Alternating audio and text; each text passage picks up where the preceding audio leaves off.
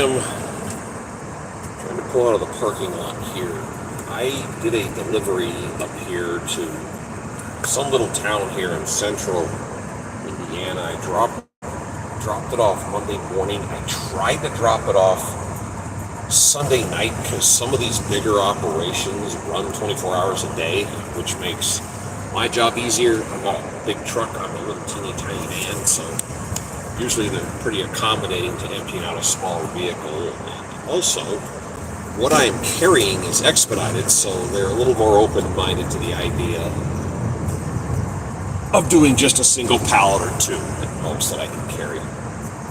But I couldn't get rid of it Sunday. There were actually people there. I drove in, I drove around, I went looking for bodies. Didn't find any. Hey Samantha, what's up? You're my one and only. And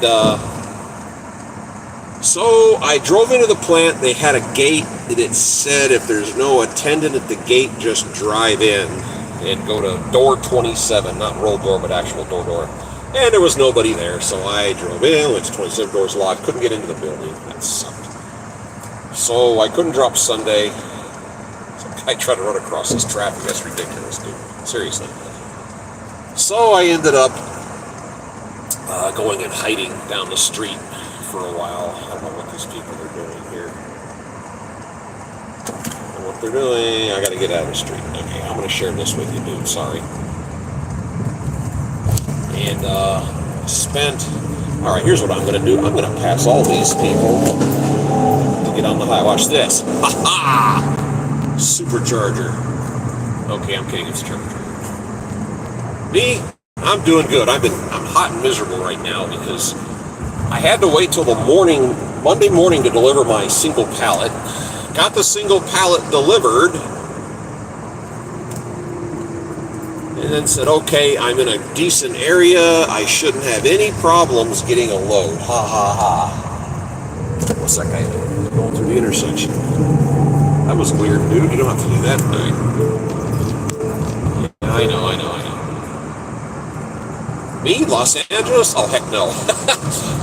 Practically, I am in Fort Wayne, Indiana. Jealous.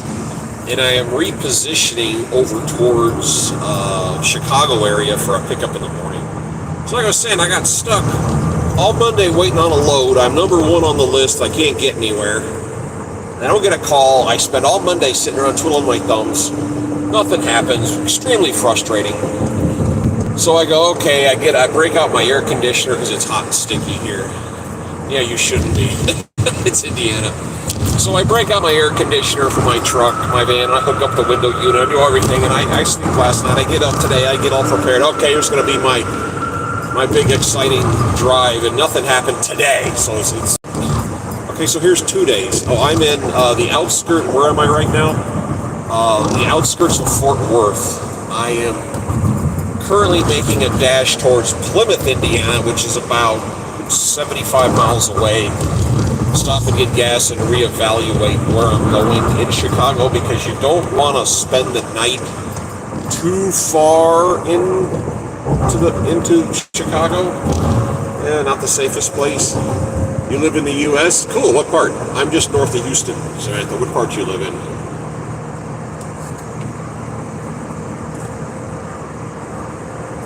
So here it is, 3:30ish local time in Indiana Central Time or Eastern, I don't know what time zone I'm in. And I get a call and they go, we got one for you tomorrow out of the Chicago area going to Lansing, Michigan. So they're admitting they can't find anything here local, which is weird because this isn't really a bad area for cargo. So I am going to mosey that direction. The plan is to find some place outside of Chicago to spend the night. You don't want to spend the night as an expediter. You don't want to spend the night inside a big city. There's too much riffraff moving around. So I'm going to Plymouth, Indiana right now. Then I'm going to get on the map and see what I can find that's a good friendly place to hang out for the night. So I'm not in a big hurry right now. I'm going to get out on the open road and I'm going to set the cruise on 60. Because honestly, I'm not in a hurry. But this does give me a chance to charge up everything. My battery, my phone, all the stuff I have. Samantha, you're asking me where I am live currently? I can't tell if you're talking to somebody else. All right, now we're going.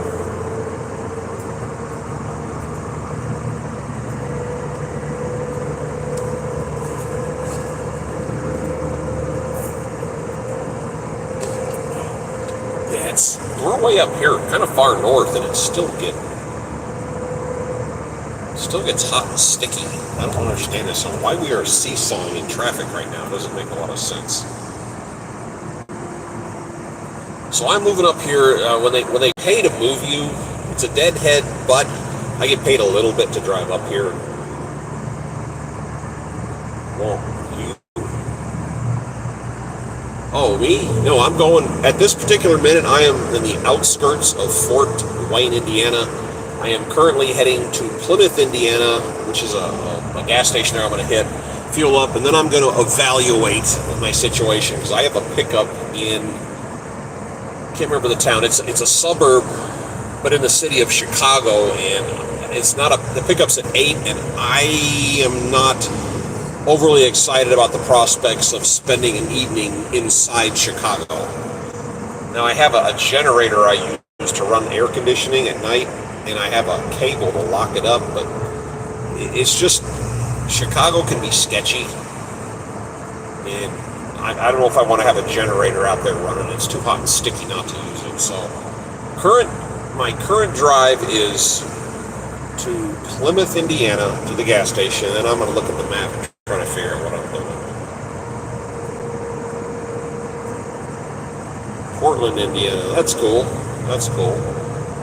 What I like about Indiana, and I found this in a couple of states here, I guess we call this the Midwest, you drive through these little tiny towns and you can tell the architecture is from the 20s or 30s, and they've redone the whole downtown area, and it just looks really, really homey, for lack of a better word. And I've run into that in Michigan, Ohio, Indiana. I've seen it in Illinois. It's kind of nice to see. And I enjoy that. Well, like I said, right now just a stroll for gas. But the way this company works that I'm driving for, we have an app on our phone, and it gives you all the information. It gives you your load and the dimensions of load. What I'm picking up weighs 800 and something pounds. Doesn't really tell you what it is. It says I am in, I can't read, Kroger? I can't even read that. Krogr.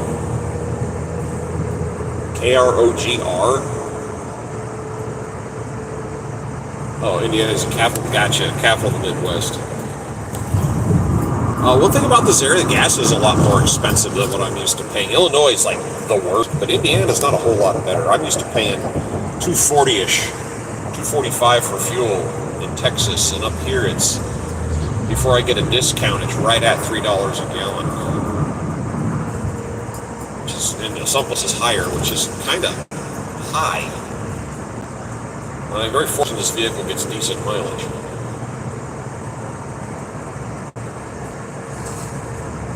Samantha, you say you're in, it says Krogr. What is that? Indiana is the capital of the Midwest. Yeah, that cool TV show in the middle came from here.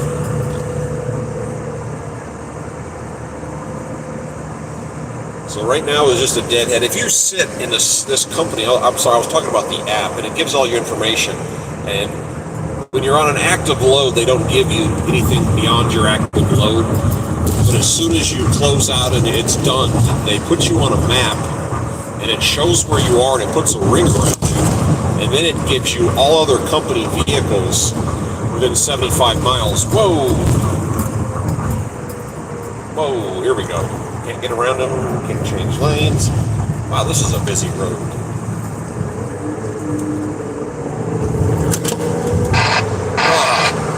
But it tells you where you are in the pecking order. And it's based on who's been sitting there the longest, who's been emptiest the longest. And it gives you a number.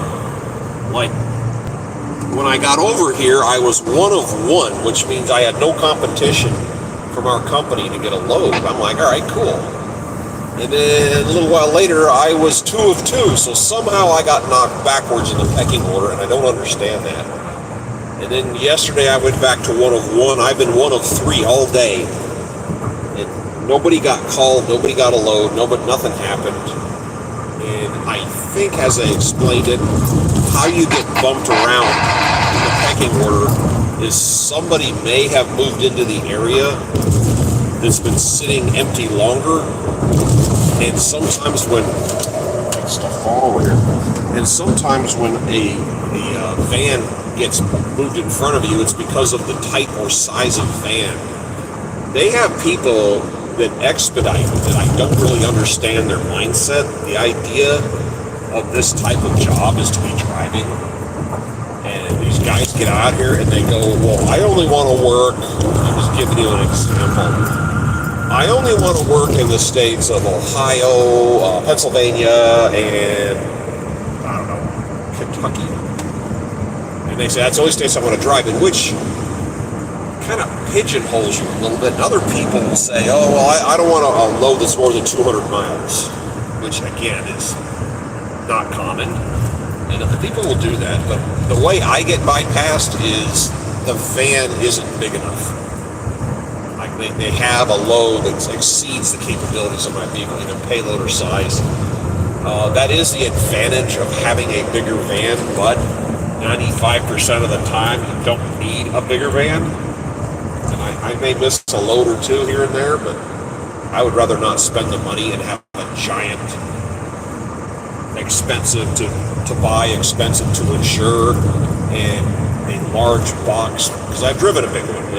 It's pushing a lot of air out of the way. And my last van was the Transit 350, tall, long. I'm 6'4", and I can walk around inside of it tall. And that van got 16 to 17 miles per gallon, and this one gets, on average, about 22 and a half. I've gotten as high as 25 out of it. And if you think about the cost of doing business, fuel is something big. And if you spend too much money on fuel, you're losing your ass. I mean, you're just spending it. And there's a guy out here I used to watch. He was okay. They just split the road up here. It's interesting. There was a guy I used to watch for a while. He was kind of new, and he's doing what I'm doing, except he's talking to the camera. And all of a sudden, he went through a speed trap, and he kind of freaked out, started looking around. He goes, "Oh no!" And he goes, the cop didn't pull out. He goes, "I was going 79." I'm like, "Why are you going that fast?" You know, these vans turn into fuel pigs once you get over, 68, 69 miles an hour. Your gas mileage disintegrates. So if you're out here just getting it, you're just pissing away fuel. It's not worth it. I have done trial and error on this vehicle, and my cruising speed is 62. Speed limit 75, I'm in the right lane going 62. That's where I found the sweet spot for mileage. Unless, of course, it's less than that, then I adjust. Oh my God. Yeah, Samantha, I got a question. You said you're in CROGR. What, as in, I'm thinking Kroger, the grocery store. Where exactly are you? I mean, I've seen you on here before. I don't know what part of the country you dwell in, where you're from.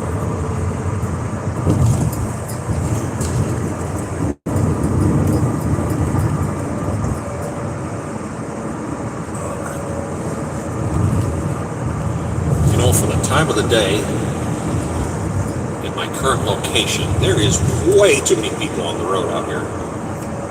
Way too many people.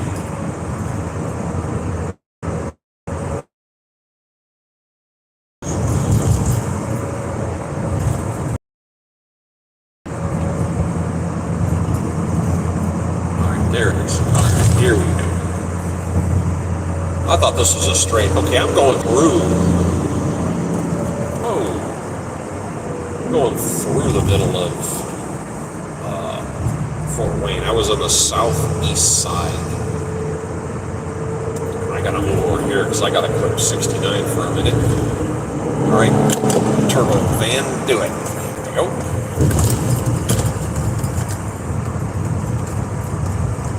Come on, dude, don't smash your brakes. Well, I'm glad you slammed on your brakes so you could stomp on the gas pedal. Yeah, that made sense. Alright, I gotta make a left, then I gotta make a right up here.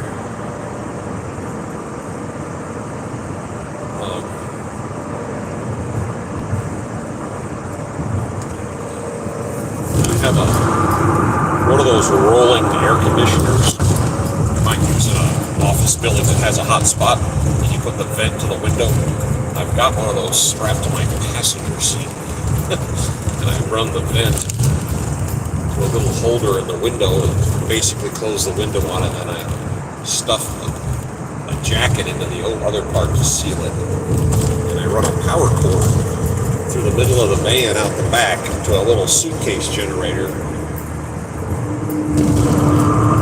And I have a little tiny, it's heavy duty, but it's physically small lock, and there's a tow pindle on the back of the van, like I pull it out of the ditch, and I lock it to the tow pindle, and I kind of get the generator underneath the van a little bit, and I run the cord out the back, and I just run the one cord, plug it in, and I let it run at night. And I've experimented with some different stuff. Let's see, crash. No, there's no crash going on here. They're just doing a lot of road construction. And the generator is new. It wasn't very expensive. It's 2,400 watt peak, 1,800 cruise. And it has 1.6 gallons. And it ran about 8 hours last night. And there was still movement on the gas gauge. I thought that was cool. So today I drove over to fill the van and fill the tank up. And now it took a whole gallon. It ran for 8 hours on 1 gallon. I smoked. I'm trying to read this going on the road. Read it now. I'm gay. How do I become ungay? That's like that joke. It says, I'm going to snap my fingers and you're going to forget you were ever gay. Were you ever gay? No. Okay, it worked. You know. You're talking about weed. Never tried it. Not my thing. But I did see a video by a guy. He's on YouTube, and it said the two dangers of smoking marijuana. The first one was you'll have less marijuana, and two, I forgot. That was his answer. You go, okay.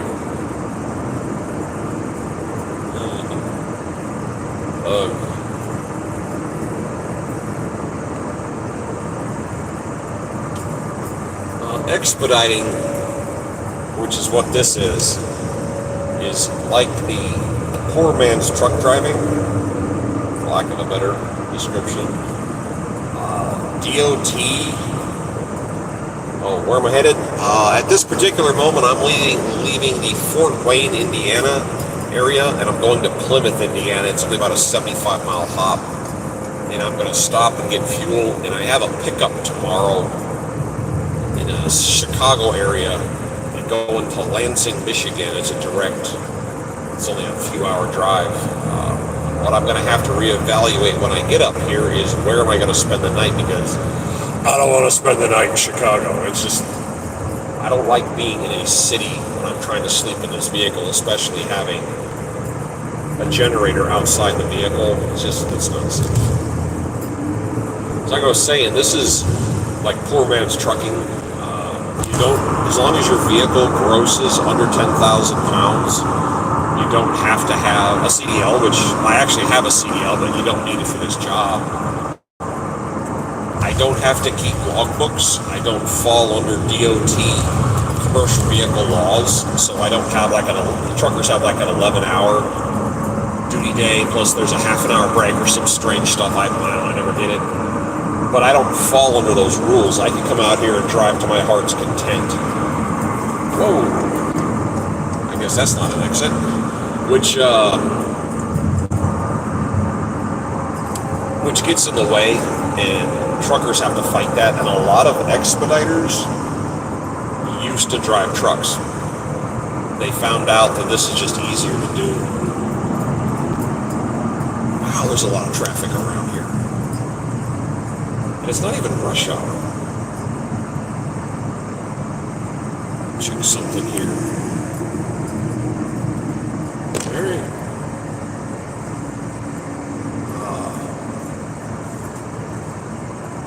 So I need a lot of drivers. Other people that do this job are retired or semi-retired. I'm kind of in that category. I came stumbling up on retirement, needed to do something to get to 62, so here I am. How am I doing it? It's not the most exciting job in the world, but it is kind of relaxing, and I don't have anybody sitting next to me. I don't have to argue with anybody. Oh, my total video count? Yeah, 1,800. I make, if you look at my playlist, I've been doing this for 3.5 years. I make shorts. I make 15-second, 1-minute videos. Most of them are just jokes. But yeah, I put out a lot of little stuff. And I'm trying to read this. It's too bright in here. And showering and the steering wheel. Oh, yeah. And the steering wheel. Yeah, that's it. 1,800 videos. Man, I never really, yeah, you're right. Last time I checked, it was 1,600. But if you look at my playlist, most of my stuff is really short. I don't have a lot of long-winded videos.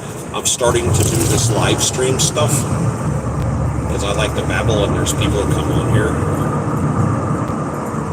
Oh, still slow. Okay, I got half a mile I get to turn and get on 30. Hopefully this will stop. Eat at the steering wheel? Yeah, driver.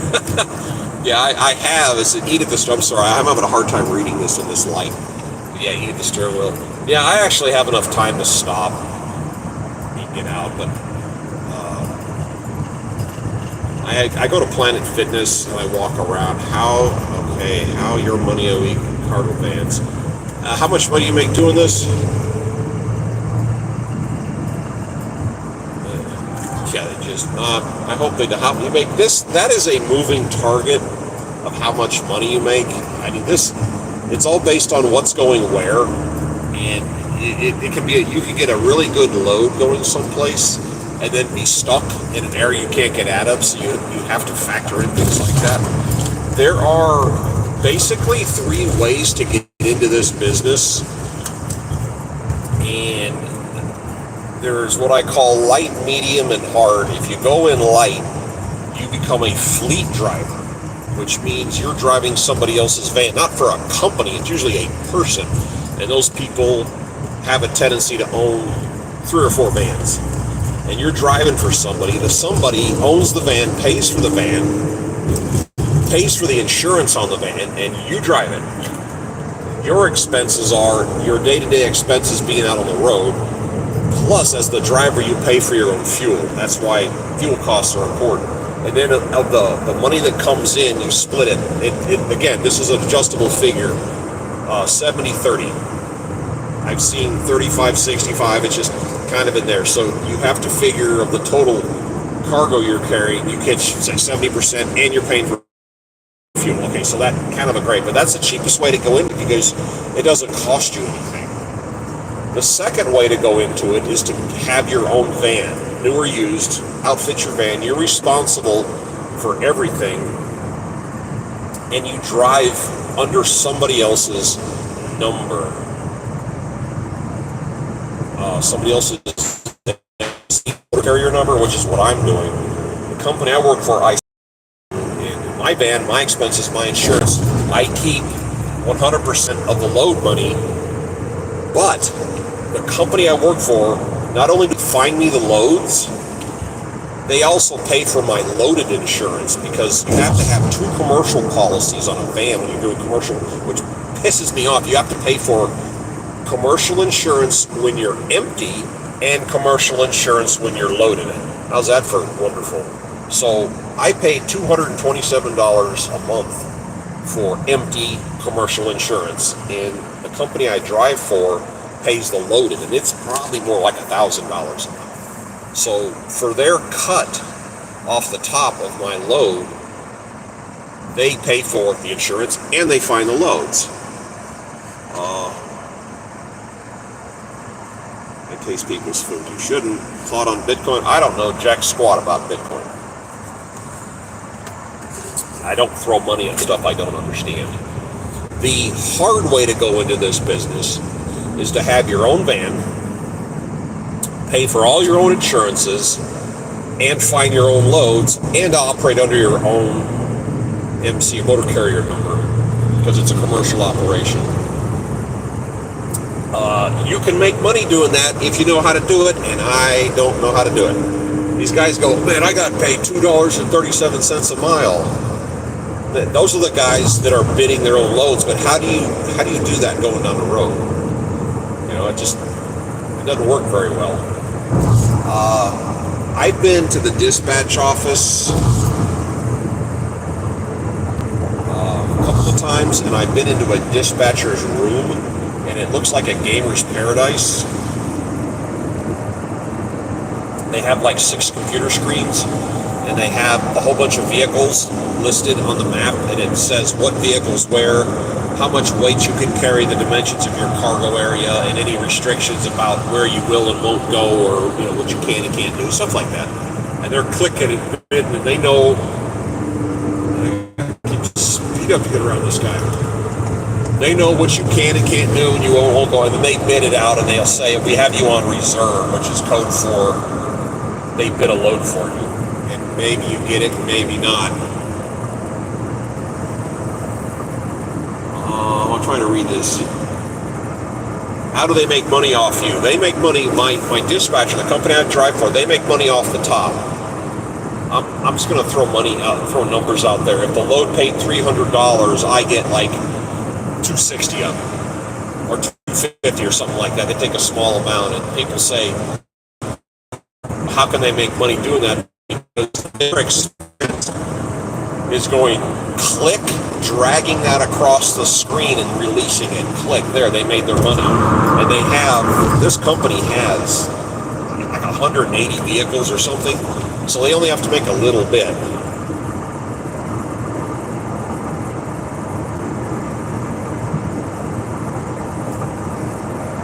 So they make it on the off the front side, but again, they do both. They can make $50 off this load, $100 off this load. As far as how much money do you make doing a load tomorrow, it's 100. I'm getting, if you add in my drive up here and my drive back, I'm making a little over $300. It's not very good, but it keeps me moving. I can't. Getting a not really good paying load is one thing, and not getting a load at all is a whole different problem. And I hate being just sitting there, because the clock just doesn't move, and you have to spend money to sit still, and it sucks. The best load I ever got, my favorite load that I ever did so far, I was in Western New York. And I got a call late in the day, and I went to Niagara Falls to a company right on the beach, right on the coast of the beach going into Canada, and I picked up a little tiny pallet that they said, I think they said it was a gasket or carbon gasket or some weird thing. It's kind of delicate, so they won't ship it by a regular carrier. And they gave me this gasket, and I took it to Los Angeles, and I got paid $2,750 for the drive. I just got to drive all the way across the United States. I got down on 80 and followed 80, which is the Cannonball Run route, in case anybody's wondering. I did 80 all the way to western Nebraska, and then I took 76 down into Colorado, and then up over the Rockies on 70 into central Utah, and then 15 took me all the way into LA. Hey Frank, what's up? And I ended up stopping, because it was late in the day. I spent the night at a rest area in Indiana somewhere, I remember. And the next night I spent just as the highway broke off in western Nebraska.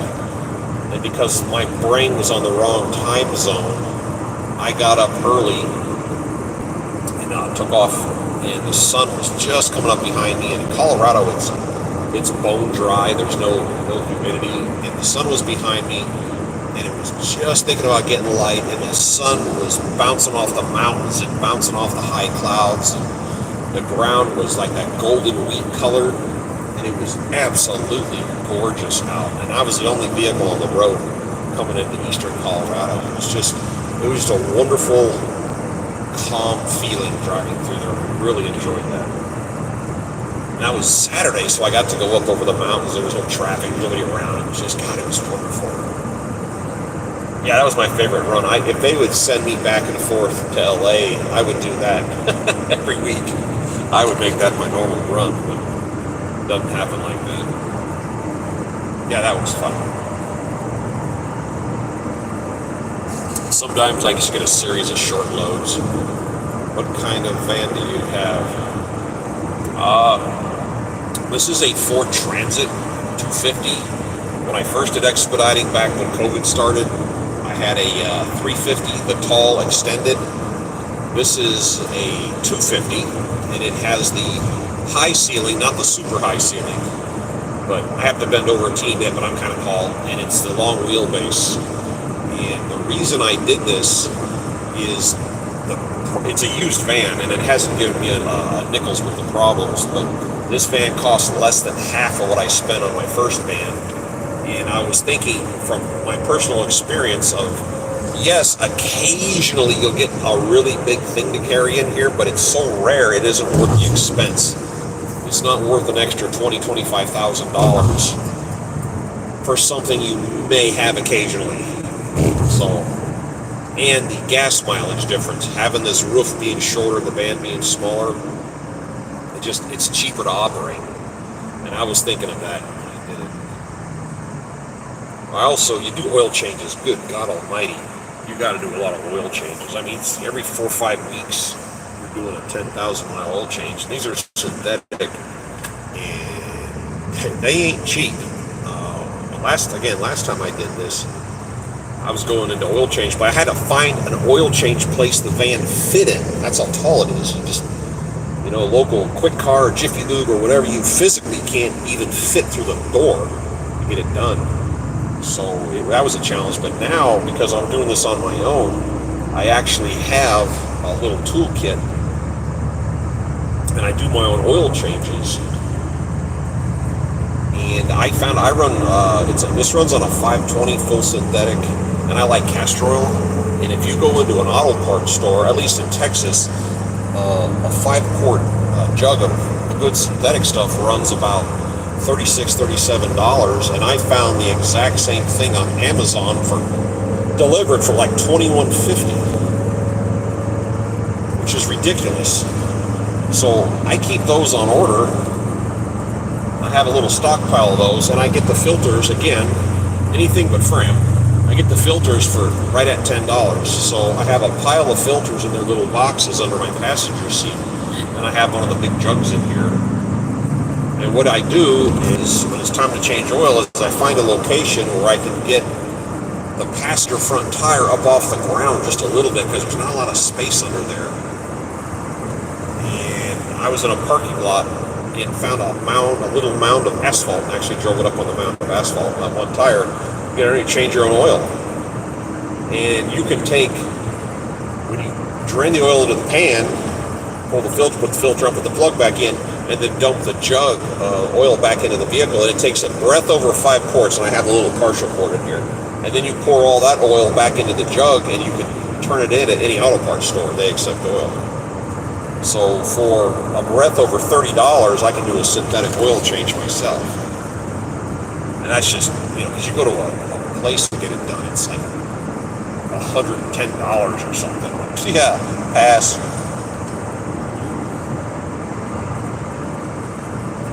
But I like this van. I've been real happy with it. It's comfortable. Your choices in vans nowadays, Nissan made this ugly thing, SV2000. They don't even make them anymore. It's real weird looking. They were out here a few years ago, very unusual. But your choices of vans for this, generally speaking, are the Ford Transit, whatever size, the Dodge ProMaster, again, they come in different sizes, and the Mercedes. The Mercedes is actually called a Sprinter, even though generically they call all vans Sprinters, generally speaking. You can do whichever one turns your crank. The Dodge looks like a stormtrooper had sex with a dustbuster. That's the best way I can describe it. They run okay. Some of the older ones have some issues with their lifters, and they call it the engine's called a Penske or something, and they call it the Penske typewriter. If you open the hood, it sounds like someone's banging away on a manual typewriter. It's got it. The lifters can be bad, but a lot of guys have them out here. The van, I don't think the ProMaster would work for me because of the seating position. Whereas the Transit that I'm in right now is like driving a car. The ProMaster is like driving a bus, and the steering wheel is the shaft for the steering gear is like kind of down between your legs. And I'm on the tall side, and a lot of my height is on the upper half of my body, so I have to stretch to reach the steering wheel, even when it's adjusted as close as you can. So it's kind of weird. Oh, I'm wild. And then there's the Mercedes, and a lot of people like those. They drive them. A Mercedes is no more or less reliable than any other van. The problem is when it breaks, those parts, because they have the letter M stamped on them, are going to cost you more money. I mean, that's all there is to it. It's going to cost you more money to fix it. But there's a lot of guys out here that have them, and they actually make. Mercedes has one van they make that's it's like freakishly long. It's the longest cargo van out there. It will hold 4 pallets if you don't have anything on the front side. Yeah, like I said, this job, and if you're curious about getting into expediting, my recommendation would be go in soft, which means go be a fleet driver and see if you like doing it before you totally commit to the operation, because there are people on YouTube. There was a guy in his early 20s. He went in hard. He bought a brand new, biggest Mercedes you can get. And we're talking 65, 70 grand van. Spent a dump truck load of money outfitting it, getting it set up with every possible whoopee-doo feature you could possibly want for comfort. And he started driving, and he started making videos and passing along his vast knowledge with all the experience he had. He lasted 3 weeks in the business and said, I don't want to do this anymore. I mean, some people have the temperament to do this, some people don't. Some people can live this lifestyle, some people can't. You might think you can, but you might not be able to. You don't know until you try. So, my recommendation, if you want to try expediting, go soft. Get on, hire on, call, Google it, look for companies and say, hey, I want to be a fleet driver, and they'll put you in contact. The company I drive for actually, I went through their little one-day orientation, had to do the paperwork and all that crap. There was 4 of us in the room, and I'm the only guy that owned the van. The other 3 guys were driving for somebody else. And they mentioned that they have people that have vans that are looking for drivers. They're looking for those guys. Since I drove trucks for a living, and now I want to change. You want to change as a completely different profession, or you want to try doing this? Because this is way easier than trucking. Think about the little things. I can always find some place to park, including my house. I can take it to the grocery store if I want to. I can always find some place to sleep at night, because I know some things that maybe other people aren't real familiar on tricky stuff. But yeah, van, that's what I'm talking about. You can park this anywhere you want. I have been delivered to little tiny towns and I'm at midnight delivering. I'm wiped out. I want to go take a nap. And there was a business that had a row of work vans parked off to the side, and I went out there for a second. Yeah, like I said, parking, and you know what a pain in the ass it is to find parking trucks. And I've driven around the backside of these truck stops, and there's always that guy parking in, and you're like, oh man, you are so exposed. And then the next day you drive back there, and there's mirrors laying on the ground, and headlights and taillights and stuff, because guys drive, idiots, don't know what they're doing, rip parts of your vehicle off. Ugh, that sucks. But yeah, this is just way more relaxing than driving a truck. And when you get somewhere and you go to drop, more times than not, you're going to a smaller business. You're not going to a big yard. You're not going to a giant operation. And they're pretty quick about unloading you. And if you do go to a big place and there's 10 trucks in line and you pull in with a van, they know they can get you unloaded in the blink of an eye and have a tendency to just do you now to get you out of the way. Because it takes a while to get dock space. It takes a while for them to unload everything and pull all your little spreaders out. On this, I can pull up to the ramp, or I can pull up next to the ramp, or I can park anywhere in the parking lot. Okay, I am having streaming problems. I think I'm out of civilization. I apologize, but I'm going to end this here, and I will try to get back to you guys tomorrow, morning-ish, when I start my run out of Chicago. But like, this keeps falling off. I'll catch up with you guys later.